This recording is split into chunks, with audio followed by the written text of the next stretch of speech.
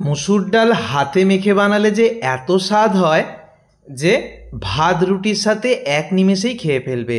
হাতে মাখা মুসুর ডালের দুর্দান্ত রেসিপি আজকে শেয়ার করব। রেসিপিটা মন দিয়ে শেষ পর্যন্ত দেখো।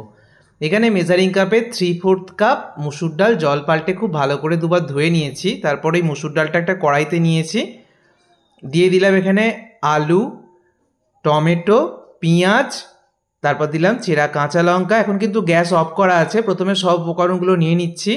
হলুদ গুঁড়ো, অল্প একটু জিরে গুঁড়ো দিলাম, স্বাদ মতো লবণ অ্যাড করলাম, আর 1 চামচ সর্ষের তেল দিয়ে দিলাম ছোটো চামচের। সব কিছুকে এবার খুব ভালো করে মেখে নেব। এই রান্নাটা একদমই কম তেল মশলায় হয়ে যাবে আর দুর্দান্ত স্বাদ হবে। দেখতেই পাচ্ছ সব উপকরণের সাথে আমি মুসুর ডালটাকে খুব ভালো করে হাত দিয়ে মেখে নিয়েছি। তারপর আমি মাখা মিশ্রণটাকে একটা অন্য পাত্রে তুলে নিয়েছি। এবার কড়াইতে সর্ষের তেল দিয়েছি। তার মধ্যে আমি শুকনো লঙ্কা, কালো জিরে আর রসুন কোয়া, কুচনো রসুন কোয়া দিয়ে একটু নেড়েচেড়ে নিয়েছি। তারপর আগে থেকে হাত দিয়ে মেখে রাখা সমস্ত উপকরণের সাথে মুসুর ডাল দিয়ে দিয়েছি। 2 থেকে 3 মিনিট খুব ভালো করে ভেজে নেব, একদম বিনা ঝামেলার রান্না। ভেজে নিয়েছি ভালো করে। এবার গরম জল দিতে হবে।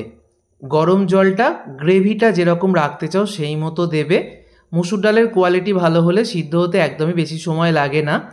তো আমি ঢাকা দিয়ে দিলাম। মুসুর ডালটা এদিকে সিদ্ধ হতে থাক। ততক্ষণে আমি অন্য একটা ফ্রাইং প্যানের মধ্যে সর্ষের তেল নিয়েছি। সর্ষের তেলটা ভালো করে চাড়িয়ে নিয়েছি। অল্প সর্ষের তেলেই হয়ে যাবে। আর একটা ডিম ফাটিয়ে দিলাম।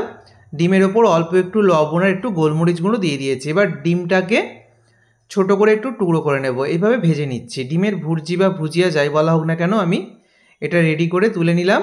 আর এদিকে আমার মুসুর ডালটাও কিন্তু সিদ্ধ হয়ে গেছে। মুসুর ডালটা একদম গলিয়ে ফেলবে না। মুসুর ডালটা কিন্তু কিছুটা সিদ্ধ হয়ে যাবে ভালো মতো, আর কিছুটা গোটা গোটা থাকবে। তারপরে আমি যে ভেজে রাখা ডিম, মানে ডিমের যে ভুজিয়া, সেটা দিয়ে দিয়েছি। ভালো করে মিশিয়ে নিচ্ছি। এই ডিমের ভুজিয়াটা দিলে খেতে খুব ভালো হয়। আর ধনেপাতা অনেকেই মুসুর ডালের রেসিপিতে দেয় না। যদি পছন্দ হয় দেবে, যদি না পছন্দ হয় দিতে হবে না। খুব অল্প একটু ধনেপাতা দিয়েছি কুচি, আর খুব সামান্য গরম মশলার গুঁড়ো দিলাম, এটাও তোমরা না দিতে পারো। আর চিনি দিচ্ছি শেষে, এটাও কিন্তু অপশনাল। আমি একদমই কম তেল মশলা, শুধু হলুদের গুঁড়ো আর জিরে গুঁড়ো দিয়েছি। একটু গরম মশলার গুঁড়ো শেষে দিলে খেতে ভালো লাগে। ধনেপাতা, চিনিটা কিন্তু অপশনাল। তারপরে গ্যাস অফ করে ঢাকা দিয়ে 5-7 মিনিট বসিয়ে রেখেছিলাম। তারপরে এখন যেরকমটা রয়েছে, এটা ঠান্ডা হয়ে গেলে কিন্তু অনেকটা ঘন হয়ে যাবে। তো সেই মতো তোমরা একটু পাতলা থাকতে গ্যাস অফ করে দেবে।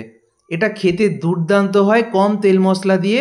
ভাত রুটি সব কিছুর সাথে দুর্দান্ত লাগবে। ভাত রুটি এক নিমেষে খাওয়া হয়ে যাবে এই হাতে মাখা মুসুর ডালের রেসিপি দিয়ে। অবশ্যই বাড়িতে তৈরি করো, ভিডিওটাকে শেয়ার করো। ধন্যবাদ।